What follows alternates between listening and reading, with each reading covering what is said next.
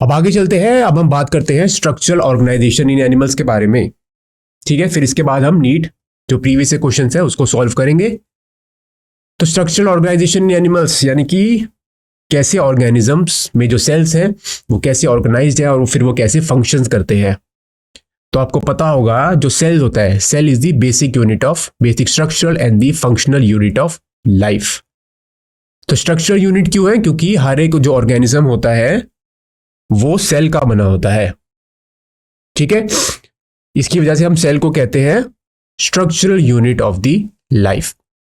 और फिर होता है functional unit of the life. Functional unit of life हम इसलिए कहते हैं सेल को क्योंकि ये सारे फंक्शंस करता है।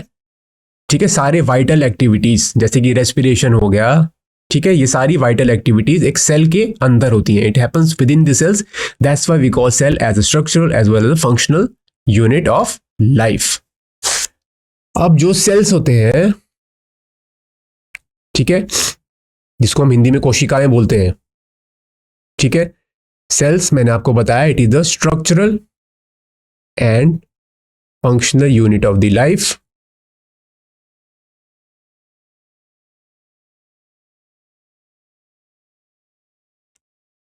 और जो सेल्स है वो आपस में कंबाइन करके बनाते हैं टिश्यूज। तो group of cells is known as tissues.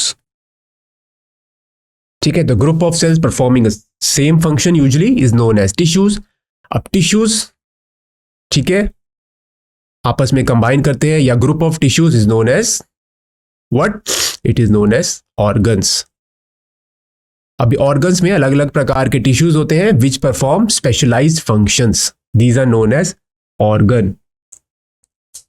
ठीक है, group of tissue is known as organ and group of organ is known as, organs को मिला के हम क्या बना सकते हैं?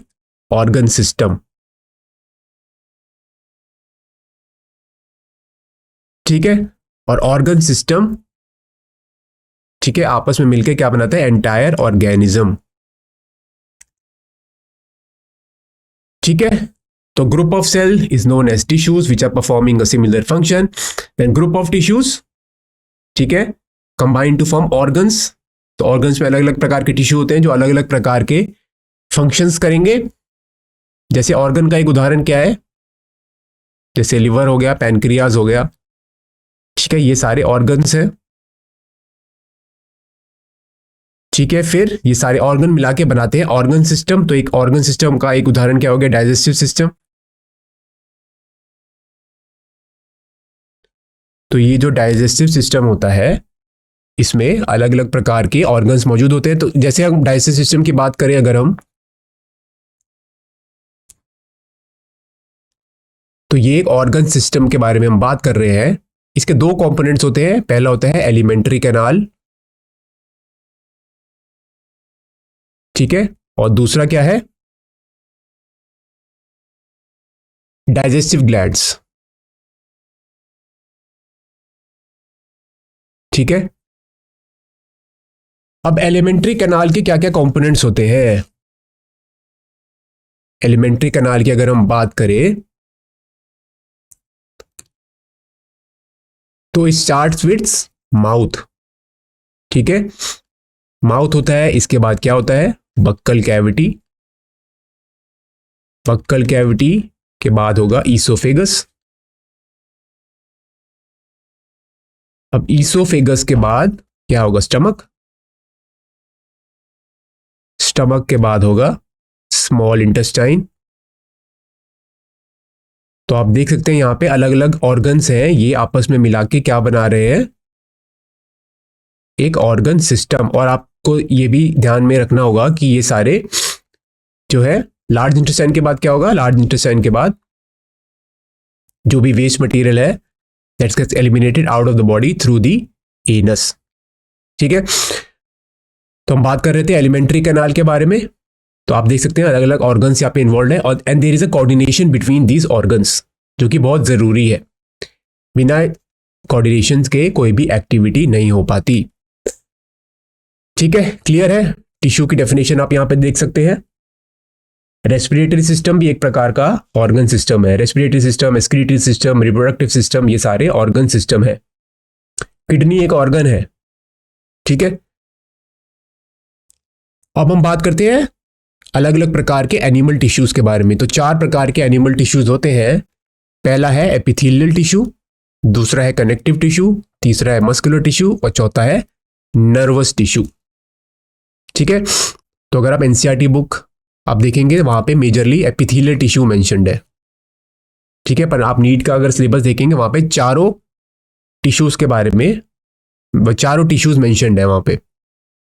ठीक है, तो एपिथेलियल टिश्यू, ठीक है, epidermis and all, connective tissue, ठीक है, टेंडन्स एंड लिगामेंट्स, फिर मस्कुलर टिश्यू, ब्लड भी एक प्रकार का कनेक्टिव टिश्यू है, फिर नर्वस टिश्यू में क्या आते हैं, नर्व सेल्स। ठीक है, तो ब्रीफली मैं आपको बता देता हूं इन चारों टिश्यूज के बारे में। सबसे पहले एपिथेलिया के बारे में अगर हम बात करें, एपिथेलिया, ठीक है, are sheet like tissues lining the body surface and its cavities, ducts and tubes. तो ये जो सेल्स होते हैं एपिथेलियल सेल्स, ये बॉडी की सरफेस को लाइन करते हैं। दे आर, ठीक है, they are the tissues lining the body surface and its cavity, ducts and tubes. अब जो एपिथेलियल सेल्स होते हैं इनकी एक स्पेशलिटी होती है, they have one free surface. इनकी जो ऊपर की सरफेस होती है वो फ्री होती है and this surface is facing the body fluid और द आउटसाइड इन्वायरमेंट। ठीक है, अब जो एपिथेलियल सेल्स होते हैं इनकी एक ये एक स्पेशलिटी हो गई कि इनकी एक सरफेस जो होती है वो फ्री होती है, और वो कौन सी सरफेस होती है, विच फेस द बॉडी फ्लूइड और द आउटसाइड इन्वायरमेंट। ठीक है, और कुछ प्रकार के एपिथेलियल सेल्स होते हैं जहां पर कुछ सीलिया मौजूद होते हैं। ठीक है, जिसको हम बोलते हैं सीलिएटेड एपिथेलियम। तो अब हम बात करते हैं एपिथेलियल टिश्यू और उनके कैरेक्टरिस्टिक के बारे में। तो जो एपिथेलियल टिश्यूज होते हैं constitute the protective outer covering and inner lining of both the body and it's organ. ठीक है, तो ये जो एपिथेलियल सेल्स होते हैं ये एक प्रोटेक्टिव कवरिंग होती है, इट प्रोवाइड्स प्रोटेक्शन। तो आप अगर आप स्किन की बात करें तो वो भी हमें प्रोटेक्शन देती है, वहां पे एपिडर्मल सेल्स मौजूद होते हैं। ठीक है, तो दिस प्रोवाइड प्रोटेक्शन, ठीक है, and it forms the protective covering and inner lining of both the body and it's organ. तो ऑर्गन्स होते हैं उसकी भी इनर लाइनिंग में एपिथेलियल टिश्यूज मौजूद होते हैं। ठीक है, अब एपिथेलियल टिश्यूज के क्या क्या कैरेक्टरिस्टिक होते हैं, they have the ability to regenerate, clear, and they are interconnected through gap junctions and tight junction. तो इन सेल्स में कुछ जंक्शंस मौजूद होते हैं जिसे हम कहते हैं गैप जंक्शंस और टाइट जंक्शंस। इसके अलावा एक और प्रकार के जंक्शन मौजूद होते हैं जिसे हम बोलते हैं अधेरिंग जंक्शंस। ठीक है, तो इन तीनों के बारे में हम पढ़ेंगे जब हम प्रीवियस से क्वेश्चन सॉल्व करेंगे, तब मैं आपको बताऊंगा कि गैप जंक्शन, टाइट जंक्शंस और अधेरिंग जंक्शंस क्या होते हैं। अब the plasma membrane of the cell consist of flagella, cilia और माइक्रोविलाई। तो ये जो सेल्स होते हैं एपिथेलियल सेल्स, इनमें या तो फ्लैजेला मौजूद होता है, ठीक है, तो flagella and the cilia they will help in the locomotion. और इसके अलावा ये जो प्लाज्मा, ये जो एपिथेलियल सेल्स होते हैं मैंने आपको बताया था, they are also present in the inner lining of the organs. तो माइक्रोविलाई ये प्रेजेंट होते हैं कहां पे, स्मॉल इंटेस्टाइन में। तो क्या होता है microvilli, they are the foldings of the inner membrane, आप कह सकते हैं, ऑफ द स्मॉल इंटेस्टाइन। और ये किसके बने होते हैं, ये बने होते हैं एपिथेलियल टिश्यूज के। ठीक है, अब ये जो फोल्डिंग्स होती है it helps to increase the surface area for absorption. ठीक है, it helps to increase the surface area for absorption of what, absorption of nutrients. ठीक है, क्लियर है, आगे चलते हैं अब हम। तो कनेक्टिव टिश्यू के पहले बारे में हम बात कर लेते हैं। कनेक्टिव टिश्यू क्या करते हैं, it provides structural support and connects different tissues and organs in the body. तो जैसे इनका नाम है कनेक्टिव टिश्यूज, तो इनका रोल क्या होता है, it connects different tissues as well as organs in the body. तो टेंडेंस, लिगामेंट्स, ये सारे उदाहरण है कनेक्टिव टिश्यू के। इसके अलावा बोन, कार्टिलेज, ब्लड जो कि एक लिक्विड कनेक्टिव टिश्यू है, एडिपोज टिश्यू, टेंडन्स, ये सारे उदाहरण है कनेक्टिव टिश्यू के। ये जो बॉडी के अलग अलग टिश्यूज होते हैं या जो ऑर्गन्स होते हैं उसको कनेक्ट करते हैं। ठीक है, फिर होते हैं muscle tissue. Muscle tissue these are responsible for movement and generating force. तो इनकी वजह से मूवमेंट होती है मसल टिश्यू की वजह से। ठीक है, now 3 types of skeletal muscles. 3 types के होते हैं मसल सेल्स। पहला होता है स्केलेटल मसल्स, जो कि हमारे स्केलेटन और बोन से अटैच्ड होते हैं, and they help in the voluntary movement. तो जब भी हमें मूव करना होता है, ठीक है, we use this skeletal muscles. ठीक है, फिर होते हैं स्मूथ मसल्स। अब स्मूथ मसल्स होते हैं, ये जनरली इनवॉलंटरी मूवमेंट करते हैं। ठीक है, तो जैसे कि ईसोफेगस हो गया, वहां पे पेरिस्टाल्टिक मूवमेंट होती है, दैट इज इनवॉलंटरी मूवमेंट। तो जनरली स्मूथ मसल सेल्स होते हैं, ये जो इनर लाइनिंग होती है ऑर्गन्स की, वहां पर मौजूद होते हैं। ठीक है, इसके बाद कार्डियक मसल्स। ठीक है, तो आप सही कह रहे हैं, सुकमान 3 टाइप के होते हैं cells, smooth cells, skeletal muscle cells और कार्डियक सेल्स। अब कार्डियक मसल जो होते हैं, तो कार्डियक जो टर्म है वो रिलेटेड है हार्ट से। So this cardiac muscles these are found in the heart and they are responsible for pumping the blood. ठीक है, क्लियर है, आपको पता है हार्ट एक पंपिंग ऑर्गन है, और यहां पे किस प्रकार के मसल्स मौजूद होते हैं, कार्डियक मसल्स। ठीक है, स्टमक में भी स्मूथ मसल्स होते हैं, यस। ठीक है, अब बात करते हैं नर्वस टिश्यू के बारे में। नर्वस टिश्यू मतलब कि नर्व सेल्स। अब these are composed of neurons and the glial cells. इनका फंक्शन क्या होता है, they transmit the electrical signals and coordinate the body activities. और ये कहाँ प्रेजेंट होते हैं nervous tissue, they are found in the brain, spinal cord and the nerves. ठीक है, तो इनका रोल क्या होता है नर्व सेल्स का, they generate the electrical signals. ठीक है, इलेक्ट्रिकल इंपल्सेस जनरेट करते हैं। ठीक है, तो सबसे पहले एक एक्शन पोटेंशियल जनरेट होती है, and this action potential is nothing but the generation of this electrical impulses. तो नर्व सेल के आपके नर्व सेल की स्ट्रक्चर के बारे में भी आपने पढ़ा होगा कि वहां पे सेल बॉडी होती है, फिर एक्सॉन होता है, डेंड्राइट्स होते हैं। ठीक है, तो नर्व सेल के क्या क्या पार्ट्स होते हैं, नर्व सेल किसका बना होता है, सेल बॉडी, फिर सेल बॉडी के नीचे क्या होते हैं, एक्सॉन्स। एक्सॉन्स या तो माइलिनेटेड हो सकते हैं, नॉन माइलिनेटेड होते हैं, फिर होते हैं डेंड्राइट्स। ठीक है, तो ये सारे मेजर पार्ट्स हैं नर्व सेल के। ठीक है, क्लियर, आगे चलते हैं। अब बात करते हैं फ्रॉग के बारे में। तो फ्रॉग इंट्रोड्यूस हुआ है, फ्रॉग के बारे में पढ़ते हैं हम। तो जो इंडियन बुल फ्रॉग है उसको हम कहते हैं राना टिग्रिना, उसका साइंटिफिक नेम है Rana टिग्रिना, it is the most common frog found in India. अब फ्रॉग की मॉर्फोलॉजी और एनाटॉमी, ठीक है, इनके बारे में आपको पता होना चाहिए। ठीक है, और जो अलग अलग ऑर्गन सिस्टम थे, रेस्पिरेटरी, एक्सक्रीटरी, नर्वस, ठीक है, सर्कुलेटरी सिस्टम, इसके बारे में आपको पता होना चाहिए। तो अगर हम फ्रॉग की मॉर्फोलॉजी के बारे में बात करें, तो फ्रॉग की जो स्किन होती है वो काफी मॉइस्ट होती है। वो क्यों मॉइस्ट होती है, जिसकी वजह से उसमें क्यूटेनियस रेस्पिरेशन हो पाती है। तो फ्रॉग में जो रेस्पिरेशन होती है वो 2 प्रकार से हो सकती है, through skin and through lungs, यानी कि पल्मोनरी रेस्पिरेशन। तो जो क्यूटेनियस रेस्पिरेशन के लिए स्किन जो होती है वो काफी मॉइस्ट और थिन होनी चाहिए। तो तभी जो फ्रॉग होता है, जो कि क्लास एम्फीबिया को बिलोंग करता है और फाइलम कॉर्डेटा को बिलोंग करता है, इसमें जो स्किन होती है वो काफी मॉइस्ट और थिन होती है, और उस पर म्यूकस ग्लैंड मौजूद होते हैं जो कि म्यूकस सिक्रीट करते हैं। इसकी वजह से इसकी स्किन जो होती है वो काफी स्लिपरी होती है। ठीक है, mucus glands are present in the skin which is highly vascularised and helps in the respiration in the water, ठीक है, as well as on the land. तो फ्रॉग क्या होते हैं, एम्फीबियंस होते हैं, दोनों लैंड और पानी में रह सकते हैं। ठीक है, अगर हम इसकी बॉडी की बात करें तो head is divided into head and trunk. Body is divided into head and the trunk, there is no neck present here. ठीक है, अब टंग की बात करें तो फ्रॉग में जो टंग होती है वो बाइलोब्ड होती है। ठीक है, और जो टंग जो होती है वो काफी मस्कुलर होती है। ठीक है, and it is involve in the capturing of the prey. तो टंग जो होती है वो भी काफी स्टिकी होती है, and it is involve in the capturing of the prey. अब आपको पता होना चाहिए जो टंग जो है वो कैसे कैप्चर करती है प्रे।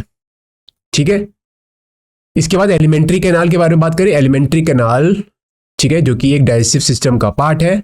उसमें क्या क्या कंपोनेंट्स होते हैं, ईसोफेगस, स्टमक, इंटेस्टाइन और रेक्टम। और अंत में जो भी वेस्ट मटेरियल होता है, ठीक है, और जो स्पर्म्स होते हैं, अगर हम मेल फ्रॉग के बारे में बात करें तो उसमें क्लोएका के द्वारा जो स्पर्म्स होते हैं as well as the waste material, these are both eliminated out of the body, ठीक है, as well as the waste material. और अगर हम फीमेल में बारे में बात करें तो जो एग होते हैं और जो वेस्ट मटेरियल होता है, these are release out of the body, ठीक है, क्लियर है। अब जो मेन डाइजेस्टिव ग्लैंड्स होते हैं फ्रॉग में वो होते हैं लिवर और पैनक्रियास। तो लिवर आपको पता है क्या सिक्रीट करता है, बाइल, और पैनक्रियास जो है वो सिक्रीट करता है पैनक्रिएटिक जूस, जिसमें अलग अलग प्रकार के एंजाइम्स होते हैं for the digestion of lipids, ठीक है, which are fats and then carbohydrate और प्रोटीन्स, ठीक है। अभी तो फ्रॉग, या आप एनसीईआरटी को फॉलो कीजिए, बिकॉज एनसीईआरटी में जो है वो फ्रॉग ही मेंशन्ड है और नीट का एग्जाम एनसीईआरटी से आता है, ठीक है। तो आप नीट का अगर आप देखेंगे सिलेबस तो आपको वहां से पता लग जाएगा आपको क्या क्या पढ़ना है। तो पहले आप नीट का सिलेबस देखिए, उसमें से फिर पढ़ना शुरू कीजिए कि कौन कौन से टॉपिक इंक्लूडेड हैं, क्योंकि नीट और एनसीईआरटी में थोड़ा सा डिफरेंस है, ठीक है। टिश्यूज भी वहां पे मेंशन्ड है सारे, तो आपको सारे टिश्यूज के बारे में भी पता होना चाहिए। कॉकरोच तो आई थिंक एलिमिनेटेड है नीट के सिलेबस से, और अर्थवर्म भी। तो आप फ्रॉग पे कंसंट्रेट कीजिए, ठीक है। नेक्स्ट क्वेश्चन अब देखते हैं। नेक्स्ट क्वेश्चन है क्यूबॉइडल एपिथेलियम के बारे में। तो अब हम जो स्ट्रक्चरल ऑर्गेनाइजेशन इन एनिमल्स है उसके नीट प्रीवियस क्वेश्चन अब हम सॉल्व करते हैं। तो पहला क्वेश्चन है एपिथेलियम, एपिथेलियल टिश्यूज के बारे में। तो cuboidal epithelium with brush border of microvilli is found in. तो क्यूबॉइडल एपिथेलियम जहां पे ब्रश बॉर्डर मौजूद होते हैं, ठीक है, ये कहां पे मौजूद होते हैं, सलाइवरी ग्लैंड्स के डक्ट्स में। दूसरा है प्रॉक्सिमल कॉन्वोल्यूटेड ट्यूब्यूल। तो नेफ्रॉन, अगर आपने पढ़ा होगा, नेफ्रॉन जो होता है, ठीक है, उसके क्या क्या पार्ट्स होते हैं, प्रॉक्सिमल कॉन्वोल्यूटेड ट्यूब्यूल, फिर होता है लूप ऑफ वेनले, फिर होता है डिस्टल कॉन्वोल्यूटेड ट्यूब्यूल, और अंत में होता है कलेक्टिंग डक्ट, ठीक है। नेक्स्ट है यूस्टेशियन ट्यूब, और चौथा ऑप्शन है लाइनिंग ऑफ द इंटेस्टाइन। तो इसका आंसर क्या होगा, क्यूबॉइडल एपिथेलियम सेल्स कहां मौजूद होते हैं, नेफ्रॉन का अगर आपको स्ट्रक्चर पता होगा, नेफ्रॉन का स्ट्रक्चर कैसा होता है आपको ये भी पता होना चाहिए। ये होता है बोमन्स कैप्सूल, बोमन्स कैप्सूल के अंदर ये ग्लोमेरुलस प्रेजेंट होता है। ग्लोमेरुलस होता है, it is the network of the capillaries, इसको हम बोलते हैं बोमन्स कैप्सूल,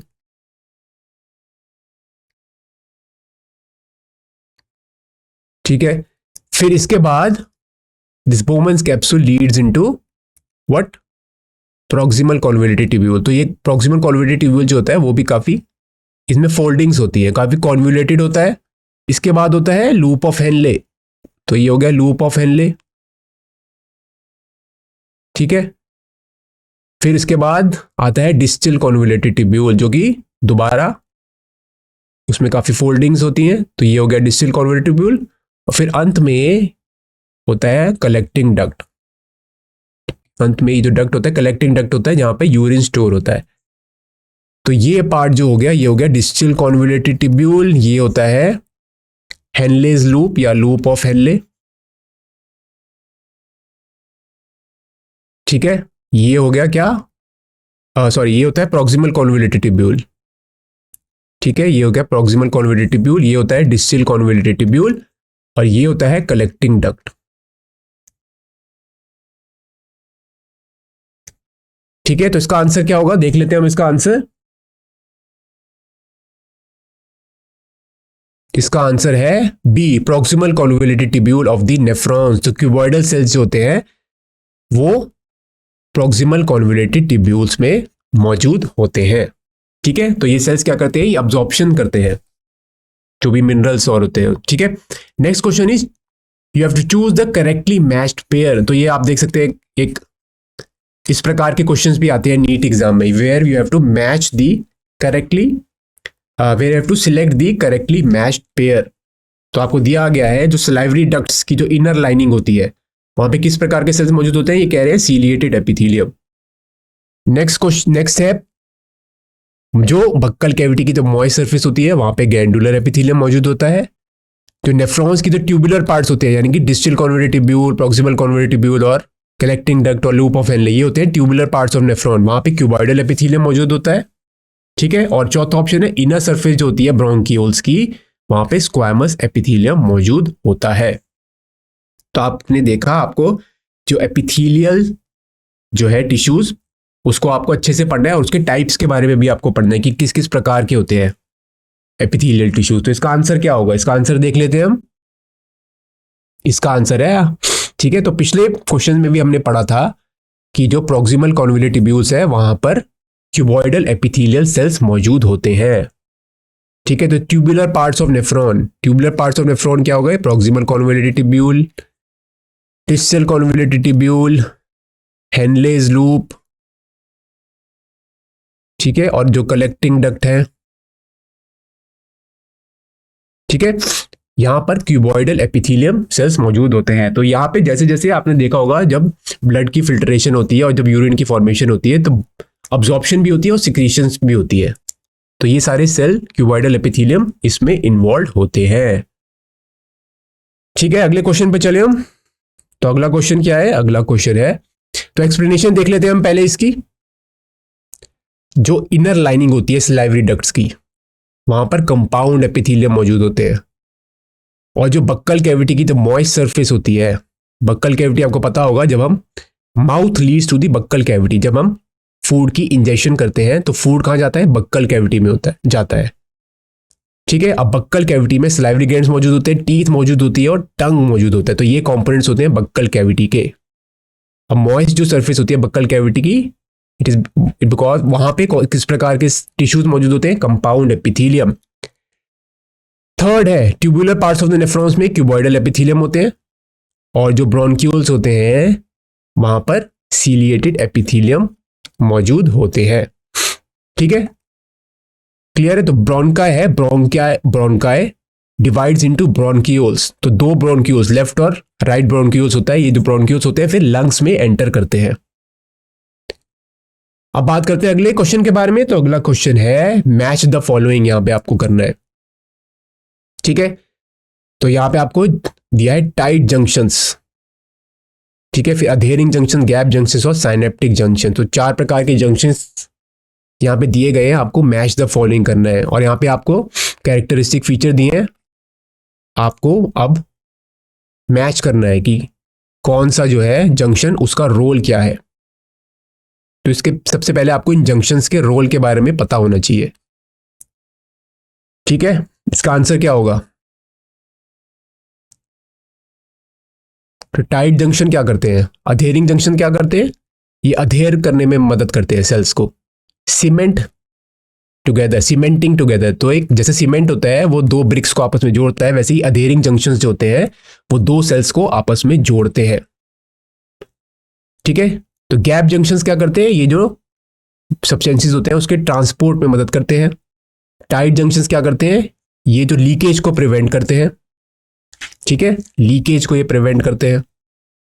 ठीक है, क्लियर। तो देखते हैं इसका आंसर, पहले हम देख लेते हैं फिर इसकी एक्सप्लेनेशन देखेंगे हम। ठीक है, तो आपको इन सब में से आपको करेक्ट ऑप्शन चूज करना है।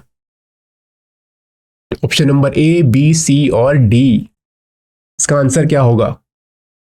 अगर आपने जंक्शंस के बारे में आपको पता है तो आप इसको सॉल्व कर सकते हैं। ऑप्शन नंबर डी कह रहे हैं, ऑप्शन नंबर डी। ठीक है, इसकी एक्सप्लेनेशन देखते हैं हम। ठीक है, तो ऑप्शन नंबर डी इसका सही आंसर है। ठीक है, अब देखते हैं ऑप्शन नंबर डी क्यों सही है इसका आंसर। तो टाइट जंक्शंस, अब जो टाइट जंक्शंस होते हैं दे प्रोवाइड अ बैरियर। तो आपको नाम के बेसिस पे ये का, ठीक है, tight junction means it provides a barrier, और ये it prevents the leakage of the fluid across the epithelial cells. अब जो अधेरिंग जंक्शंस होते हैं they act as a cementing material, ये दो जो नेबरिंग सेल्स होते हैं उसको ज्वाइन करने में मदद करते हैं। अब गैप चैनल्स के बारे में बात करें तो gap channels these are the cytoplasmic channels to facilitate the communication between the adjacent cells. तो जो नेबरिंग सेल्स होते हैं, ठीक है, उनमें ये गैप जंक्शन एक साइटोप्लाज्मिक चैनल्स की तरह एक्ट करते हैं। तो ये किस प्रकार के हो गए, जैसे प्लाज्मोडेस्माटा होते हैं प्लांट्स में, वैसे ही गैप जंक्शंस उसी प्रकार से ये फंक्शन करते हैं। And they facilitate the communication between the adjacent sales. फिर होते हैं साइनेप्टिक जंक्शन। साइनेप्टिक जंक्शंस क्या होता है, help in the transmission of the information through the chemicals. ठीक है, तो नर्व सेल्स में भी आपने पढ़ा होगा, साइनेप्सिस के बारे में आपने पढ़ा होगा। ठीक है, तो साइनेप्टिक जंक्शंस क्या होते हैं, they help in the transmission of the information through the secretion of the chemicals. ठीक है, नेक्स्ट क्वेश्चन पे चलते हैं। नेक्स्ट है which type of tissue correctly matches with its location.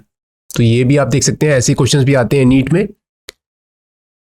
ठीक है, आपको यहां पे क्या करना है, आपको टिश्यूज दिए गए हैं। ठीक है, ये 4 प्रकार के टिश्यूज दिए गए हैं आपको, और आपको यहां पे उसकी लोकेशन दी गई है और आपको करेक्टली मैच करना है कि स्मूथ मसल्स कहाँ मौजूद होते हैं, क्या वो टेंडन्स में होते हैं, क्या वो नोज में होते हैं।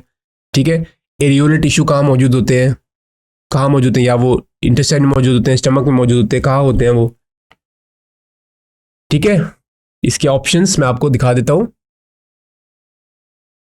ठीक है, तो इसका सीधा आंसर ही है। ठीक है, आंसर ही इसका स्मूथ मसल्स जो होते हैं वो इंटेस्टाइन की वॉल्स में मौजूद हैं। ये एक करेक्टली मैच्ड पेयर है। इसके ऑप्शंस नहीं होंगे ना, क्योंकि इसमें ऑप्शंस, सीधा आंसर नंबर ए है इसका।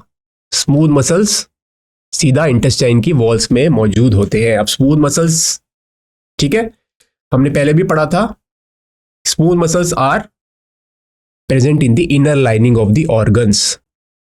ठीक है, तो आपको करेक्टली मैच्ड पेयर सिलेक्ट करना था। ठीक है, तो ये इसका आंसर है। इसकी एक्सप्लेनेशन देख लेते हैं। Walls of intestine is made of smooth muscles and tendons consist of dense regular connective tissue which facilitate encased in the dense irregular connective tissue sheath. Now, tip of the nose consists of squamous epithelium and the lining of epithelium is made up of columnar epithelium. तो हमारा ये answer सही था। Wall of the intestine consists of the smooth muscle cells. ठीक है, clear है।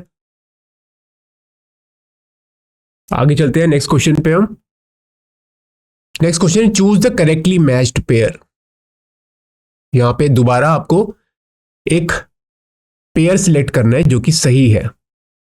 तो सीधा आप यहां पे देख के बता सकते हैं कि कौन सा जो पेयर है वो करेक्टली मैच्ड है। टेंडन्स, क्या वो स्पेशलाइज्ड कनेक्टिव टिश्यू होते हैं। एडिपोज टिश्यू, क्या वो डेंस कनेक्टिव टिश्यू होते हैं। एरियोलर टिश्यू, क्या वो लूज कनेक्टिव टिश्यू होते हैं। कार्टिलेज, क्या वो लूज कनेक्टिव टिश्यू होते हैं। कौन सा इसमें जो पेयर है वो सही है इन चारों में से। तो इसका हम आंसर देख लेते हैं। जो एरियल टिश्यू है, these are the type of loose connective tissue. इसका आंसर हम देख लेते हैं। Tendon is dense regular connective tissue. तो कनेक्टिव टिश्यू, ठीक है, टेंडन एक प्रकार के डेंस रेगुलर कनेक्टिव टिश्यू है। ठीक है, अब एडिपोज टिश्यू, ये लूज कनेक्टिव टिश्यू होते हैं जो कि कहाँ लोकेटेड होते हैं, मेनली बीनीथ दी सेल्स। और जो कार्टिलेज होती है, it is a special type of connective tissue. ठीक है, आगे चलते हैं हम। Now which of the following statement is incorrect. तो आपको स्टेटमेंट दी गई है, तो ये कॉकरोच से रिलेटेड क्वेश्चन है। ठीक है, तो हम ये कॉकरोच से रिलेटेड एक क्वेश्चन भी ले लेते हैं, 2019 में आया था। ठीक है, तो पहले कॉकरोच भी था कोर्स में। ठीक है, तो ऑप्शंस आप देख सकते हैं। Female cockroach possesses 16 ओवरियोज। नेक्स्ट है cockroach exhibit mosaic vision with less sensitivity. अगला है mushroom shape gland is present in the 6th and 7th abdominal segment of the male cockroach। And चौथा है a pair of spermatheca is present in the 6th segment of the female cockroach। तो ये बिल्कुल straight forward है। अगर आपको cockroach के बारे में पता है तो आप इस क्वेश्चन को सॉल्व कर सकते हैं। तो मैंने क्वेश्चन क्यों लिया है, क्योंकि ठीक है, कुछ ऐसे बोर्ड्स हैं जो कॉकरोच अभी भी पढ़ा रहे हैं। ठीक है, तो इसके सीधे आंसर पे हम चलते हैं। इसका आंसर है cockroach exhibit mosaic vision with less sensitivity and more resolution. इसके एक्सप्लेनेशन देख लेते हैं। Cockroaches receive several images of an object with the help of ओमाटीडिया। तो ओमाटीडिया मौजूद होते हैं कॉकरोचेस में, जिसकी वजह से ये जो it can receive several images of an object. Now this kind of vision possessed by the cockroach is known as mosaic vision. तो कॉकरोच में विजन किस प्रकार की होती है, मोजैक विजन, जो कि ओमाटीडिया सेल्स की वजह से होती है। ठीक है, which has more sensitivity but less resolution. अब हम बात करते हैं फ्रॉग के बारे में, ठीक है। तो आपको ज्यादातर कंसंट्रेट करना है फ्रॉग पे। द फ्रॉग हार्ट, ठीक है, when taken out of the body continues to beat for some time. तो फ्रॉग का हार्ट अगर हम निकाल दें तो फिर भी वो बीट करता रहेगा कुछ समय के लिए। तो आपको ऑप्शन दिए गए हैं, ठीक है। तो आपको 4 ऑप्शन यहाँ पे दिए गए हैं, आपको सिलेक्ट करना है कि फ्रॉग का हार्ट अगर हम बाहर निकाल दें उसकी बॉडी से तो फिर भी वो क्यों बीट करता रहेगा।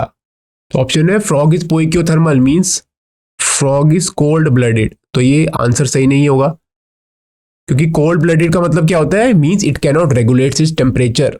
तो ये टेम्परेचर से रिलेटेड है और होम्योस्टैसिस से रिलेटेड है। नेक्स्ट है frog does not have coronary circulation. तो ये भी गलत है। Option number C, heart is myogenic.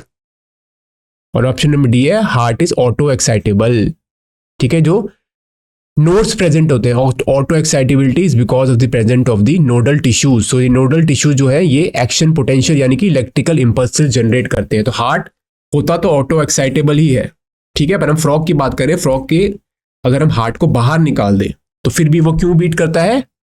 Option है आपके only D, option number B A and B, option number C C and D, and option number D is only C. तो option number C कह रहे हैं सी and D, यानी कि auto excitable भी होता है और it is myogenic also. Option number C कह रहे हैं ज्यादातर। तो इसका आंसर हम देख लेते हैं। इसका आंसर है option number C, both C and D, यानी कि हार्ट मायोजेनिक भी होता है फ्रॉग का और ये ऑटो एक्साइटेबल भी होता है, ठीक है। ऑटो एक्साइटेबल क्यों होता है, because of the presence of the nodal tissues. और फ्रॉग का हार्ट आपको पता है कितने चेम्बर्ड होता है, 3 चेम्बर्ड होता है, ठीक है। ये एक एम्फीबियन है। अब एक्सप्लेनेशन देख लेते हैं। The vertebrates possess myogenic heart which is self contractile and auto excitable, ठीक है। It will thus keep working outside the body.